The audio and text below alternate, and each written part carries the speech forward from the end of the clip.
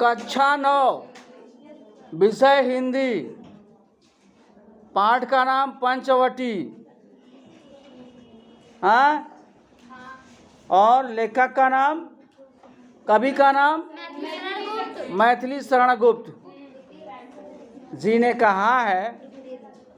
पहला पैराग्राफ देखें। चारु चंद की चंचल किरणें खिल रही है जल थल में, स्वच्छ चांदनी बिछी हुई है अवनी और अंबर तल में, पुलक प्रकट करती है धरती हरित तीरों के नोकों से, मानो झूम रहे हैं तरु भी मंद पवन के झोंकों से। यह उस समय का वर्णन है जब श्री राम, लक्ष्मण और माँ सीते जी जंगल को गए थे। वनवास उन्हें मिल चुका था, तो जंगल में जब वो विराज गए हैं उसी समय का वर्णन किया है। भ्राता लक्ष्मण श्री जी चौकीदारी कर रहे हैं, पहरेदारी कर रहे हैं, और माँ सीते और मर्यादा पुरुषोत्तम श्री रामचंद्र जी अपनी शयन कक्षा में विश्राम कर रहे हैं। रात का पहर है, पहला पहर शुरू हो जाता है। तो वह उस दृश्य का वर्णन करते हैं जहाँ पर उन्होंने पर्णकुटी डाली थी। तो कवि ने अपनी पैनी निगाहों से देखा, वह दृश्य बड़ा अच्छा लगा और उस पर उन्होंने अपनी कलम चला दी, लेखनी चला दी। कहा उन्होंने कि चारु चंद की चंचल किरणें। चार माने सुंदर, चंद्र माने चंद्रमा की, चंचल माने गतिमान, किरणें माने रोशनी, खेल रही है जल थल में। रश्मि किरण कहाँ खेल रही हैं? जल और थल पर, माने पानी वाली जगह पर और बिना पानी वाली जगह पर। जल वाली जैसे जल है, तालाब है, समुद्र है, पोखरा है, पोखरी है, नाला है, कुआं है, इसको जल बोलते हैं। और स्थल माने सूखी जमीन जहाँ पेड़ है, पौधे हैं, खेती है, बाड़ी है, मकान है, ऐसी चीज़ों को। तो क्या कर रही हैं? खेल रही हैं जल थल में। सुंदर चंद्रमा की चंचल किरणें जल और स्थल में खेल रही हैं। स्वच्छ चांदनी बिछी हुई है अवनी और अंबर तल में। अवनी माने धरती, अंबर माने आकाश, तल माने सतह पर।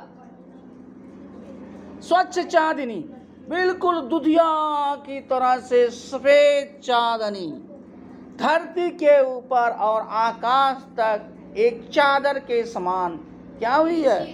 बिछी हुई है। और पुलक प्रकट करती है धरती हरित तीरों के नोकों से। पुलक माने अपनी चंचलता, प्रसन्नता, आभास होना। धरती, माँ धरती प्रकट करती हैं और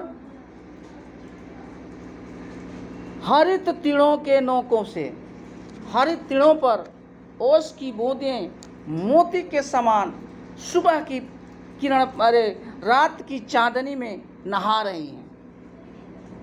ठीक है।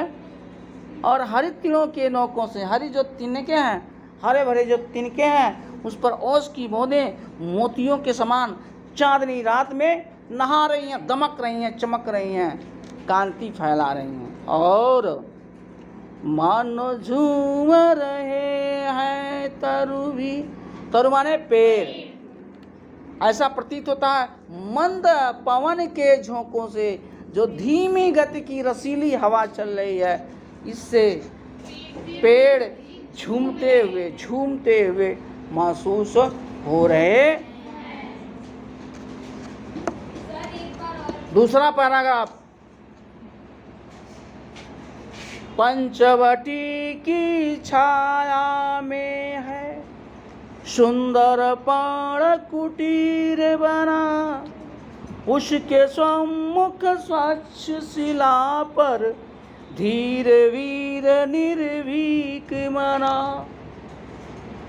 जाग रहा है कौन धनुर्धर, जबकि भुवन भर सोता है, योगी कुसुमायुध योगी सा बना दृष्टिगत होता है।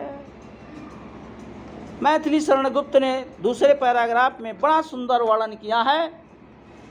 उन्होंने कहा है पंचवटी की छाया में, 5 वट माने बरगद के पेड़ों की छाया तले एक सुंदर पर्ण पत्तों वाली कुटी बनी हुई है, उसके सम्मुख स्वच्छ शिला पर, उसके ठीक सामने एक स्वच्छ साफ सुथरी शिला माने पत्थर के खंड पर क्या है, धीर वीर निर्भीक मना, एक धैर्यवान पुरुष, वीर पुरुष, बहादुर पुरुष और निर्भीक माने निडर पुरुष क्या है, उसके सामने ठीक खड़ा है। और जाग रहा है कौन धनुर्धर, कभी प्रश्न करता है यह जो धनुषधारी है, धनुर्धर है, आखिर ये कौन है जो रात को जाग रहा है, रात में जागरण कर रहा है, जबकि भुवन भर सोता है, जबकि पूरा संसार धरती पर पड़े हुए लोग, भुवन माने धरती पर स्थित लोगों को भुवन कहा गया है, पड़े हुए लोग क्या करते हैं, सोते हैं। और भोगी कुसुमायुध योगी सा, अरे इसका शरीर तो भोग विलास करने योग्य है, ये तो किसी राजकुमार जैसा प्रतीत होता है, लेकिन इस जंगल में राजकुमार का क्या काम, यह तो कोई योगी है, भोगी कुसुमा एक राजकुमार की तरह है, मगर इस जंगल में योगी सा रूप धारण किए हुए दिखाई दे रहा है, दृष्टिगत होता है, दिखाई दे रहा है। समझ में आया? दूसरा पैराग्राफ समाप्त।